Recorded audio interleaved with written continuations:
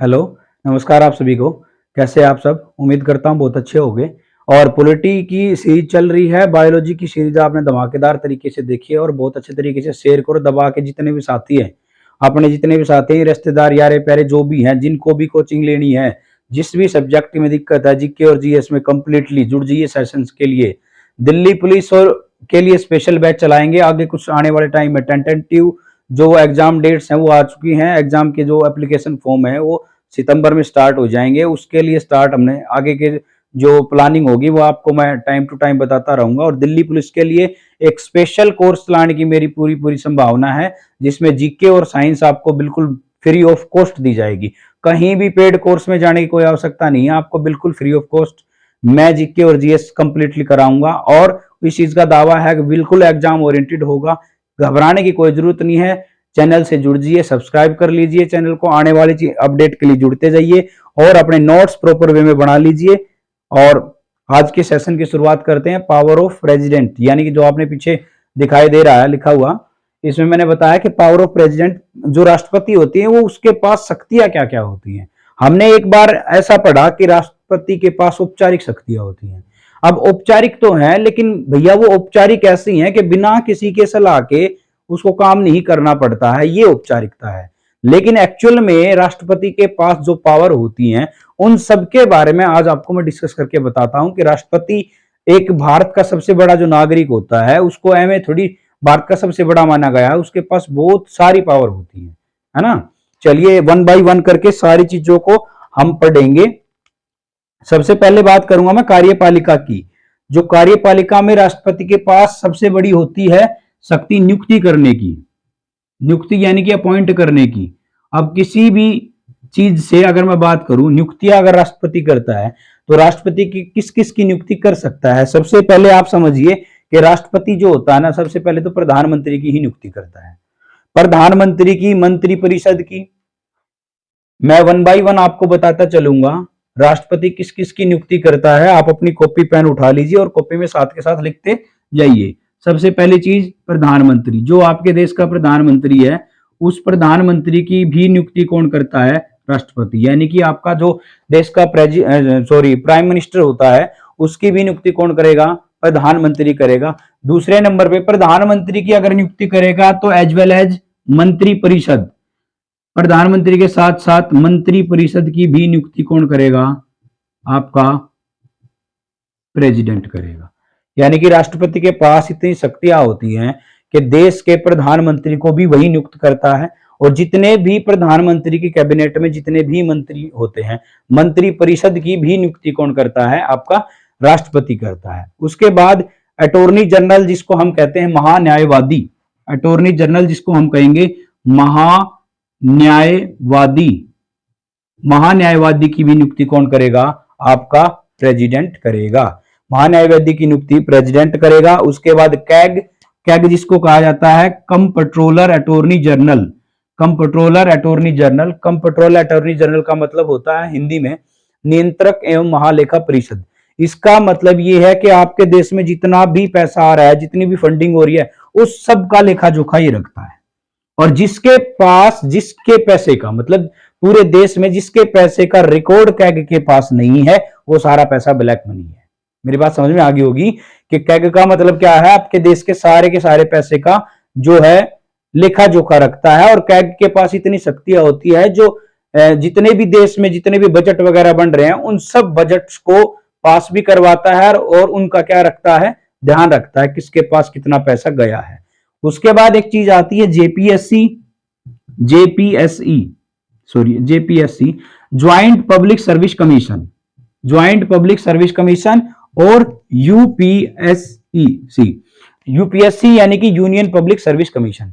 जो आपके ये दो चीजें होती हैं, ज्वाइंट सर्विस पब्लिक कमीशन और यूनियन पब्लिक सर्विस कमीशन, इन दोनों की भी नियुक्ति कौन करता है?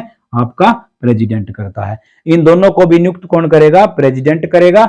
SC ST OBC, SC ST OBC, इन सब के जो अध्यक्ष होते हैं उनकी भी नियुक्ति कौन करता है? राष्ट्रपति करता है। उसके बाद वित्त आयोग की, चुनाव आयोग की, निर्वाचन आयोग की, इन सब की नियुक्ति कौन करेगा? राष्ट्रपति करता है। मतलब कहने का क्या है कि आपके देश में आईएएस हैं, आईपीएस हैं, इन सब के लिए इनको सबको अपॉइंट कौन करेगा? जितने भी आपके मंत्रालय हैं, जितने भी जैसे महिला आयोग है, महिला आयोग के अध्यक्ष हैं, इन सब की नियुक्ति कौन कर रहा है? आपका राष्ट्रपति कर रहा है। मतलब ओवरऑल में मैं ऐसा कह सकता हूं कि राष्ट्रपति के पास इन सब को नियुक्त करने की या अपॉइंट करने की बहुत बड़ी पावर होती है, जो कि सिर्फ राष्ट्रपति के पास पाई जाती है। उसके बाद अगर मैं बात करूं विधायी शक्ति की, विधायी जो शक्तियां होती है यानी कि जो कानून के अनुसार जो शक्तियां होती है, कानूनी शक्तियां हैं, वो राष्ट्रपति के पास कौन कौन सी होंगी? राष्ट्रपति के पास कानूनी शक्तियां ऐसी होती हैं, अगर मान लीजिए आपको बहुत अच्छे तरीके से एक बात पता होगी कि कोई भी बिल जो होता है, कोई भी एक्ट या कोई भी अधिनियम जो होता है, वो जब जाके एक्ट या कानून बनता है जब उसके ऊपर हस्ताक्षर हो जाते हैं राष्ट्रपति के। अगर मान लीजिए आपने कोई भी बिल पास करवाना है, तो लोकसभा से पास हुआ, राज्यसभा से पास हुआ, उसके बाद अगर राष्ट्रपति के हस्ताक्षर हो जाते हैं तो वो बनता है एक एक्ट यानी कि कानून। अगर वो हस्ताक्षर राष्ट्रपति नहीं करता है तो उस केस में वो कानून नहीं बनाया जा सकता। तो ये इसके लिए 3 प्रोसेस होते हैं। मैं आपसे बात करता हूं, मान लीजिए विधायी शक्ति की अगर मैं बात करूं, विधायी शक्तियां जो होती हैं यानी कि जो भी कानून बनाने की शक्तियां जो राष्ट्रपति के पास हैं, वो क्या क्या होती हैं? पहली चीज तो बेटा ये समझो कि अगर आपके पास किसी ने कोई भी यानी कि लोकसभा या राज्यसभा से कोई भी लेटर आता है, कोई भी बिल आता है, उसके ऊपर बिना पूछे देखे एक बार हस्ताक्षर कर दिए। 3 प्रकार के प्रोसेस होते हैं राष्ट्रपति के पास। एक तो हस्ताक्षर कर दीजिए, सीधी सी बात है। दूसरी बात होती पुनर्विचार के लिए भेज दीजिए कि भाई इसके ऊपर दोबारा विचार करो, आप जो लेके आए हो उसमें मुझे कुछ संदेह लग रहा है, तो वो दोबारा विचार के लिए भेज दिया जाता है। और तीसरी एक पावर होती है वीटो, जेबी वीटो जिसको बोला जाता है, यानी कि पॉकेट में रखने वाली। अगर मान लीजिए कोई भी बिल आता है तो उस बिल को उठा के वो अपनी पॉकेट में रख लेता है और कुछ 6 महीने के बाद जो है वो बिल डिस्ट्रॉय हो जाता है यानी कि खत्म हो जाता है। यानी कि 3 मैंने बातें बताई हैं। एक तो क्या होगा कि हस्ताक्षर कर देगा, दूसरी बात क्या होगी पुनर्विचार की, कि भाई दोबारा विचार करो, तुम जो लेके आए हो उसके ऊपर मुझे संदेह है, पुनर्विचार हो जाएगा। तीसरी जो चीज होगी वो क्या होगी? जेबी वीटो। जेबी वीटो का मतलब क्या बेटा कि आपने यानी कि जो भी लोकसभा या राज्यसभा ने कोई भी बिल राष्ट्रपति तक पहुंचाया है तो उस राष्ट्रपति को उस बिल के बारे में कोई भी संज्ञान देने की कोई आवश्यकता नहीं है, किसी भी प्रकार की उसको एक्सप्लेनेशन की कोई वैल्यू नहीं समझते। वहां पे क्या करेगा, वो अपने जेब में डाल के चुपचाप रख लेगा उसको। और 6 महीने तक अगर उसके ऊपर कोई कार्रवाई नहीं होती है तो वो बिल ऑटोमेटिक रद्द हो जाता है। यानी कि मैं आपको एक वाक्य बताता हूं 1984 का, 1984 में, जहां पे ज्ञानी जेल सिंह के द्वारा डाक विधेयक अधिनियम को जेबी वीटो का यूज दिया गया था, जेबी वीटो का प्रयोग किया गया था। जो आपका डाक अधिनियम है यानी कि ज्ञानी जेल सिंह के टाइम पे डाक विधेयक अधिनियम जो आया था 1984 में, उसके ऊपर जेबी वीटो का प्रयोग किया गया था और वो 6 महीने के अंतराल में अपने आप खत्म हो गया था। उसके बाद अगर मैं बात करूं आगे की, एक चीज और होती है, एक पावर, सबसे बड़ी पावर होती है राष्ट्रपति के पास, ये समझ लीजिए, अध्यादेश लागू करने की पावर। आर्टिकल 123 अगर मैं बात करूं, अनुच्छेद नंबर 123, आर्टिकल नंबर 123, इसके अंदर बताया जाता है अध्यादेश। आर्टिकल 123 जो है आपको बताता है अध्यादेश का मतलब होता है बेटा अधिनियम के जैसा आदेश। अभी 1 मिनट पहले मैंने क्या बताया, अधिनियम कैसे बनता है? जब उसके ऊपर राष्ट्रपति के हस्ताक्षर हो जाएं। यानी कि पहले कौन काम करेगा? पहले लोकसभा, राज्यसभा या किसी भी जगह से, अगर राज्यसभा से बिल पास हो रहा है तो पहले राज्यसभा, फिर उसके बाद लोकसभा, फिर राष्ट्रपति। अगर लोकसभा से हो रहा है तो लोकसभा, राज्यसभा, फिर राष्ट्रपति। राष्ट्रपति के हस्ताक्षर होने के बाद कोई भी बिल जो होता है वो प्रॉपर वे में एक्ट बन जाता है या अपने आप में कानून बन जाता है। और उस कानून को बनाए बिना, इस प्रोसेस के बिना ही, अगर राष्ट्रपति के कहने पे 6 महीने तक ऐसी एक पावर होती है, अगर मान लीजिए एकदम से कोई भी नेचुरली डिजास्टर हो जाता है, कोई भी किसी प्रकार की प्राकृतिक आपदा आ जाती है, या किसी भी इमरजेंसी केस में राष्ट्रपति को कोई बिल पास करवाने के लिए अध्यादेश जारी करना पड़ जाता है। आर्टिकल 123 आपको कह रहा है अध्यादेश। कई बच्चों को तो ऐसा नहीं पता होता अध्यादेश होता क्या है, मैं आपको बता देता हूं। जैसे प्रेसिडेंट अध्यादेश का प्रयोग करता है बेटा, वैसे ही हर राज्य में उस राज्य का गवर्नर भी उस अध्यादेश का प्रयोग कर सकता है। यानी कि जो जो पावर प्रेसिडेंट के पास होती हैं और उनसे मिलती जुलती ही पावर किसके पास होंगी? एक स्टेट के गवर्नर के पास होती हैं।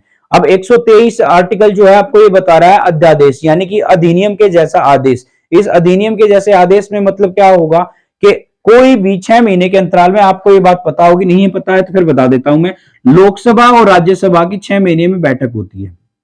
लोकसभा और राज्यसभा की बैठक जो होती है वो 6 महीने के अंतराल में होती है।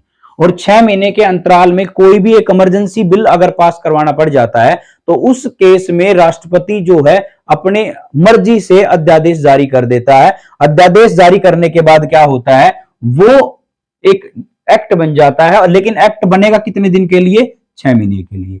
मतलब कहने का क्या है कि अगर मान लीजिए आज लोकसभा और राज्यसभा की बैठक है तो आज से 6 महीने बाद दोबारा बैठक होनी है, तो उस 6 महीने के अंतराल में अगर कोई भी काम ऐसा होता है, राष्ट्रपति को कोई काम ऐसा करवाना पड़े या कोई भी एक बिल या कोई भी एक कानून ऐसा बनाना पड़े जिसकी बहुत ज्यादा जरूरत हो, तो उसको 6 महीने के अंतराल में चलाया जा सकता है राष्ट्रपति के कहने के ऊपर। राष्ट्रपति जब कहेगा तो वो 6 महीने के अंतराल में चलाया जा सकता है। उस केस में उसको हम क्या बोलेंगे, अध्यादेश बोलेंगे। यानी कि बेटा समझ में आई बात, मैं क्या बोला कि अध्यादेश का मतलब क्या है कि राष्ट्रपति अपनी मर्जी से किसी आदेश को दे जो 123 आर्टिकल्स में पाया जाता है, ये उसके अंदर बताया गया है बहुत अच्छे तरीके से।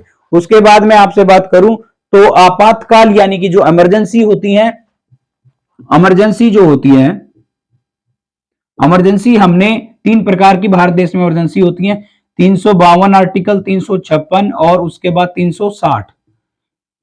आर्टिकल नंबर 352, 356, 360, 3 प्रकार की ये जो इमरजेंसी होती है। इन इमरजेंसी में क्या बताया जाता है, 352 का मतलब ये है कि भारत देश के ऊपर किसी ने आक्रमण कर दिया या भारत ने किसी के ऊपर आक्रमण कर दिया, तो ये क्या कहलाएगा, बाहरी आक्रमण या बाहरी जो अशांति फैल जाती है उसके चलते पूरे देश में राष्ट्रपति शासन लग जाता है। जिसको आप राष्ट्रपति शासन बोलते हो उसको आप इमरजेंसी भी बोल सकते हो।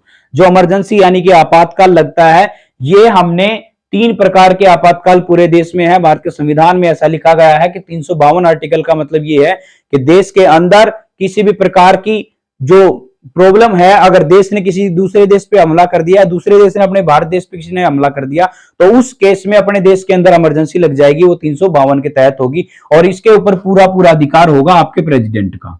बेटा ये बात समझ में आई कि इसके ऊपर किसका अधिकार होगा, प्रेसिडेंट का। दूसरी बात आती है आर्टिकल 356। 356 आपको क्या कह रहा है कि राज्यों के अंदर राज्यपाल शासन या राज्य के अंदर राष्ट्रपति शासन लगाया जाता है आर्टिकल नंबर 356 के तहत। 356 आर्टिकल एक ऐसा होता है जिसके अंदर प्रेसिडेंट से भी ज्यादा पावर होती है गवर्नर के पास।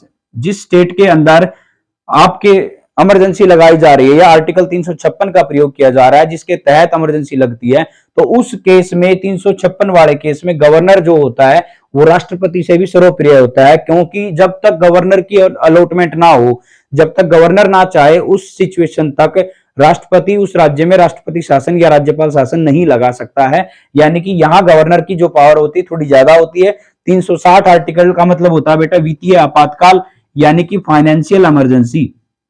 वित्तीय आपातकाल, भारत देश में वित्तीय आपातकाल बहुत ही सौभाग्य की बात है कि आज तक नहीं लगा है और हम भगवान से उम्मीद करते हैं कि आगे भी इन फ्यूचर कभी ना लगे।